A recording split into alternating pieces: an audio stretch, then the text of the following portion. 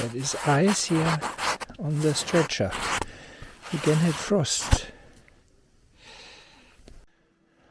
Ian, how cold was it? Oh, it was 0 this morning, just about half an hour ago on the bonnet in the shade. I had ice on my stretcher. Oh, did you? Yeah, so would have been below. Packing 2 cars with 5 kids, 2 adults. Would you like to have a look at my bed going down, my Yes. Taj Mahal?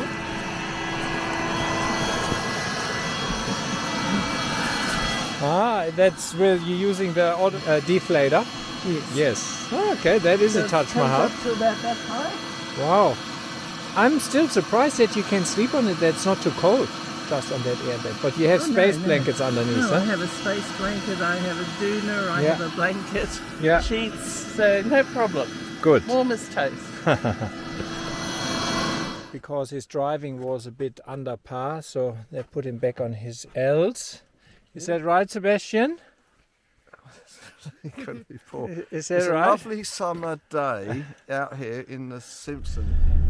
Yeah, I have to say the Madigan is so chopped up that is just not funny.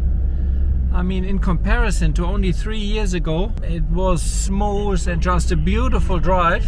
And at the moment, yeah, it's no fun. It's pretty much similar to the French line. Anybody see what?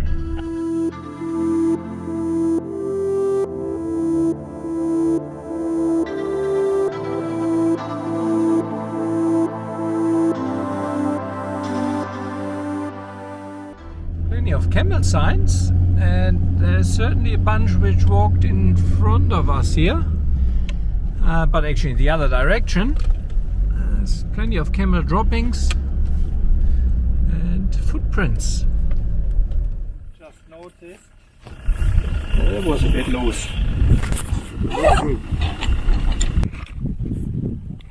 I think the problem here is that the included washer is far too small, especially if you have a slotted bull bar mount. A bigger washer would solve their problems, and I later changed my washer for a bigger one. Lunch. Tuna wrap. Tuna wrap. Actually, what are you having, Sebastian? I was going to have lunch a bit later. I think at the next stop. We have, it's dinner nearly then, huh? At 2:30. Maybe we should have something earlier. But I've just had a bit of breakfast.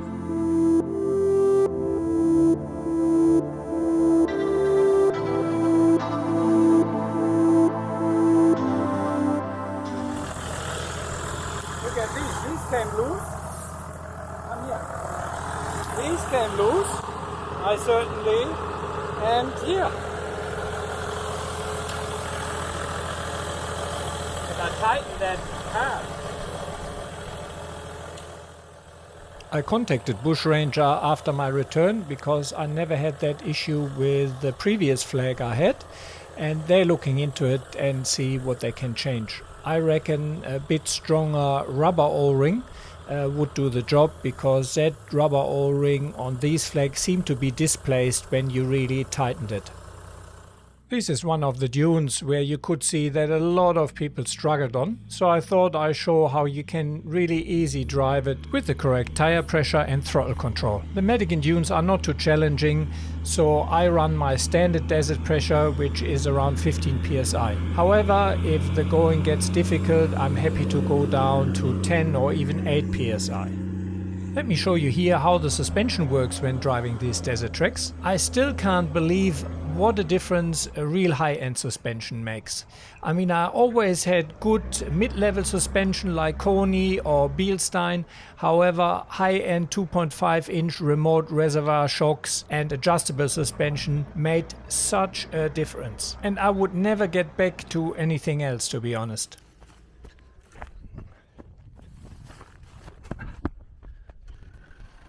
Right hand down.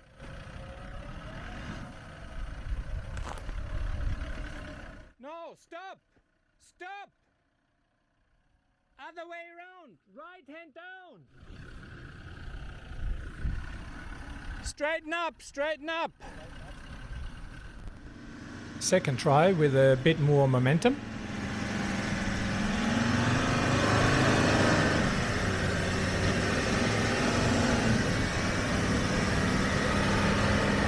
Okay, good on ya. Well done. I have to say here that while Bill and I agree with most things sand driving, we have a bit different opinion in regards to tire pressures. He had himself and all trip participants beside me running on very high pressure. And from memory, I'm talking about plus 20 psi. In his opinion, the baked sidewall creates a bigger risk for tire stake. However, having run 15 psi and below on all my sand driving trips for the past 9 years, I can really not concur with that. Mind you, it didn't help here that the center diff lock of the Discovery One wasn't properly working. But in my book, that is just another reason to run low pressures. After considerable time spent here and many attempts, Bill finally admitted defeat for this tune and the winch cable came out.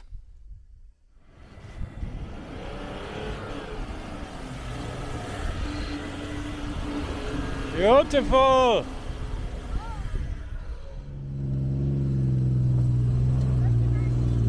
No, nearly. Oh, he does. Good. Easy. Ah. Oh. Go, Dmax, go! Yes. It was a bit of a change to see vehicles in the group I'm in having so many issues driving up fairly easy dunes.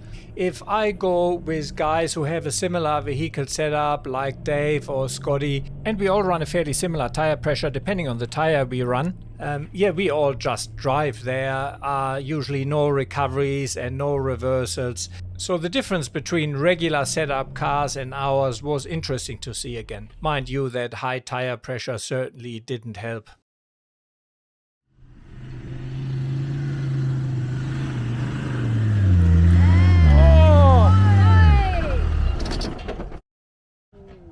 L3, two more RPM and a step on that. Don't put too much steering input in, gentle and precise, keep it in the wheel rut. Yeah, RPM and everything was perfect. If he wouldn't have driven out of the ruts, he would have made it easily.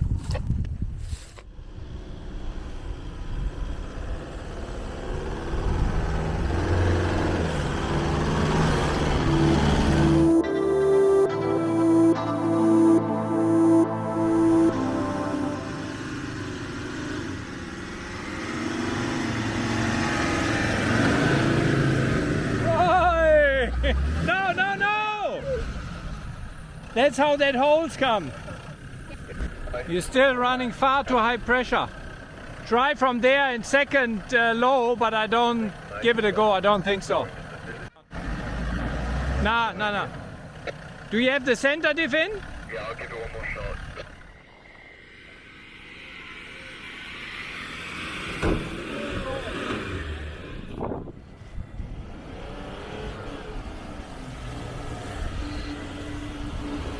Beautiful!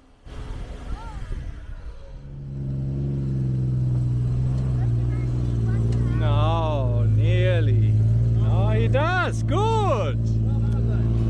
Easy.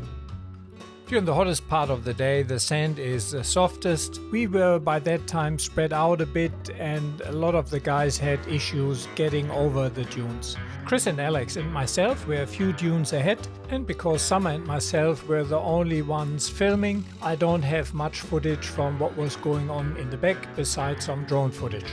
And before I cop any flack in the comments, I made my position about the tire pressures clear on several occasions. However, these guys are all old enough to make their own decisions, and I can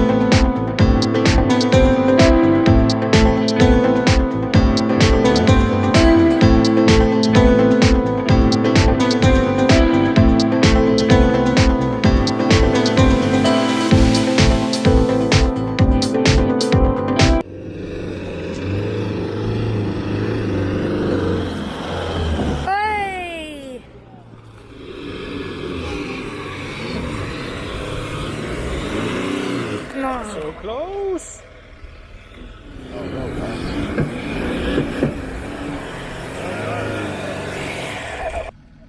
Bill, go! You're gonna rock it a bit. Rock it. Nah. One of the mutants being shackled down, please.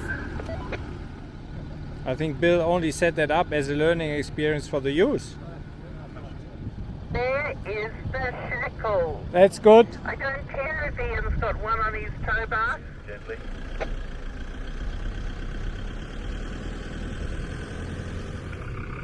Do you want me to do 3, 2, 1? Guys, kids, can you go a bit? I'll do 3, 2, 1. Are you ready? 3, 2, 1. I'm driving. Oh, yeah. This was Bill's trip, and as a long-time desert traveler, he managed to get us all the necessary permission to do these off-track adventure.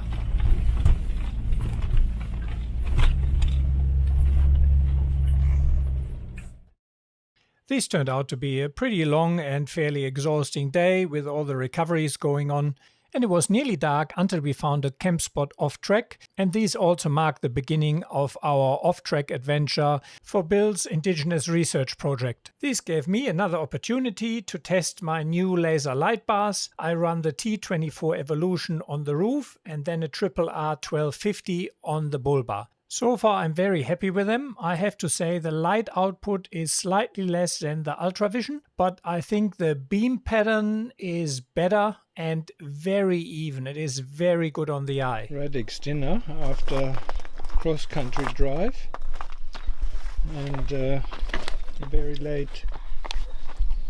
Please, no. Please support to the Patreon so we can get the Royal Air Flying Service to fly me back home. The early mornings in the desert are always magic and my most favorite time there, especially in the trackless desert, where it is often as quiet as if you were in an isolation tank. I absolutely love that peace and freedom. Proven that before, I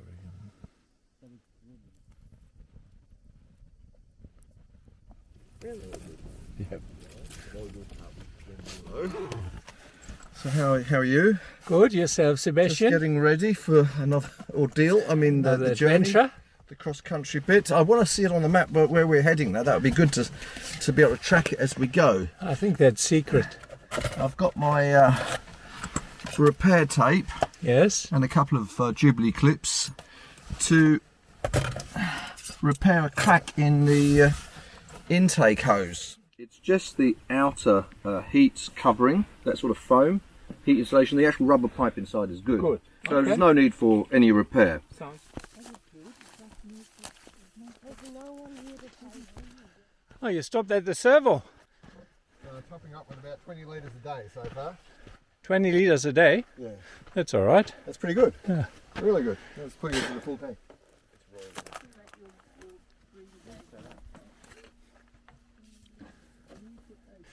Good morning, gentlewoman. Morning. The other one has a lot of little ones. About cars. 2, 4, 6 or so. The plugs are holding up well, huh?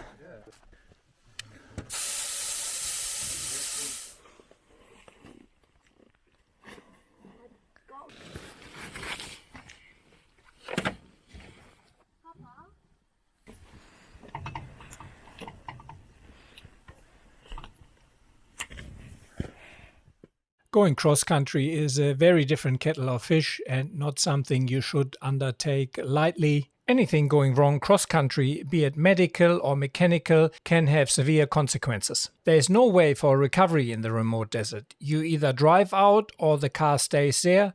And medically, depending on where you are, you could be out of helicopter range and even a PLB will not guarantee quick help. Bill, who organized the trip, has a lot of contacts to the traditional owners and managed to get us permission for this adventure. As funny as it sounds, for a passenger it is easy to get seasick when you drive cross-country because the constant rocking movements is very similar to being on a ship in waves. Pretty rough driving right now, as you can see. Very shaky. Absolutely full. I was a little disappointed with my new Bush Ranger sand flag. It worked quite well on the Gooks track, but on this cross-country trip I lost it a few times, to the point where I now actually disassemble it because there will be no oncoming vehicles anyway. There was a lot of sitting in the car and Kane got over it and decided to do a little run along the car.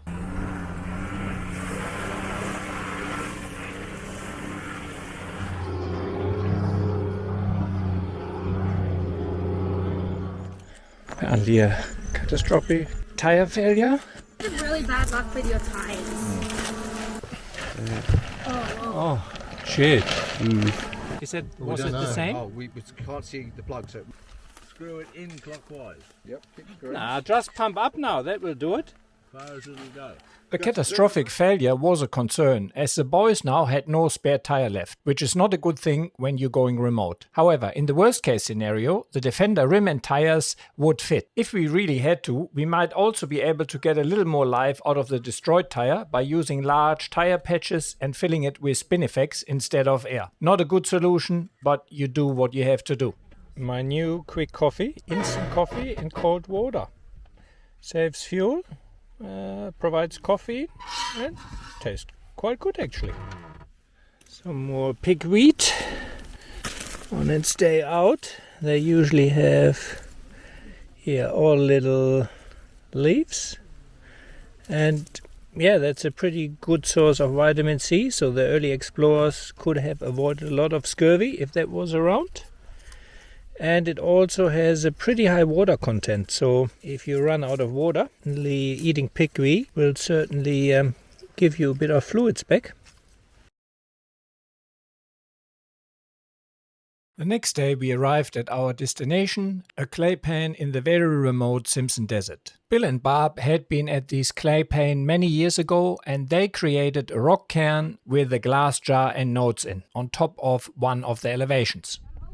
And while the cairn was easily found again, the guys could not locate the glass jar. Only after some searching in the surrounding, it turned out that the glass jar somehow managed to get out of that cairn and rolled down the hill. Grade 7. Find mine. What's with the colour? Read that one. That's criminal. We camped here last night and was a very nice spot to camp. Although wood was hard to find. Good job, Reg Springs, for finding this place. From Charlie's Amos, 13 years. Come on. Mudstone. There's a nice piece. See how the outside. You like your heat? What's two of them? As these would be our home for the next 2 days, we made our way back down to the clay pan and find ourselves a good little camp spot. Landrover Resort. That's correct. It's actually free. Yes. Defender bar. Yeah. It's dry at the moment, but later on this afternoon, come on by. It's open. Beautiful. Ian found his puncture. Did you take the wheel off? Yeah, it was on the inside. Well, I'd already tried the outside. And I always carry a spray bottle with soapy water for my dishwashing, but it also perfectly serves to find tire leaks. The hole just keeps getting bigger. Oh yeah, that's easy fixed. Yeah, Soapy water. that's far better. You do that? Tire repair kit imperative out here.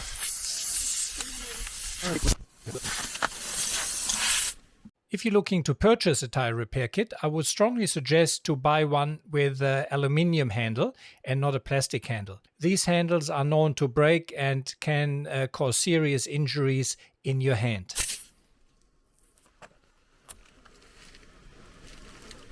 I don't know what Bill does when he twists them. I've never seen that before. But normally the other one I've got holds that down. It's got a... Usually you have a plate there. Yeah. Yeah. That's it. Red Arc 150 watt solar panel. Getting a bit of more juice in. Fridge and everything. Freezer is running. All my drones are charging.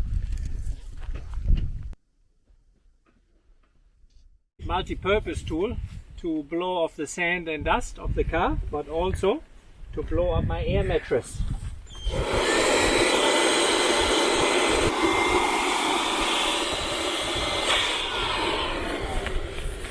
Easy. Kid swag, stretcher, clay pan. Late in the afternoon I got the Thoraya satellite phone out and had a chat to my wife, and the kids had a chat to mum. And I also made a few phone calls to friends and see what was going on the outside world. Today on the menu, ramen noodle. Unfortunately, I started to get an issue with the Sony a7S III with the microphone port being loose inside the camera, and these caused these sound distortions. After having had Reddicks and Campers Pantries for the last 2 nights, it was time for some freshly cooked stir fry with ramen noodles, carrots, pre-cooked chicken and vegetables. I purchased my single Coleman dual fuel burner 533 around 8 years ago, and it's still going strong and is my preferred cooking stove. I did take a different frying pan for this trip because I can fit more in for the kids and myself. However, it turns out that frying pan is super slippery underneath and doesn't have much grip on the cooker. So I really got to be quite careful here to not lose all my food. I cook the chicken at home before my trip. I put it into vacuum sealed bags in portion size and then vacuum seal and freeze it. Pretty much everything I cook in the bush has to be a one-pot meal. Some Spanish chicken sauce. I don't know, not that fitting, but it should be alright. Good. What a day. If you enjoy my videos, get entertainment or value from it, please consider that I spend a lot of time and money creating these videos, and I need your help to continue doing so. Yes, I do receive some AdWord revenue and also the occasional product to review. However, that does not even cover the cost for the fuel of one trip. So if you enjoy my videos, please like, share and subscribe, and if you can, please consider becoming one of my Patreon supporters, and with the equivalent of a cup of coffee or 2 per month, you can support me in creating these videos. As a Patreon supporter, you also have a few benefits, like early access to my videos, you can ask me a direct question via the Patreon platform, and you have a good chance of winning some of the products I test and give away to my Patreon supporters. Thank you very much, and I hope to see you along the tracks. In the next episode, the going really gets tough when we need to cross the dunes from east to the west. Desert. -7 degrees in the Simpson Desert.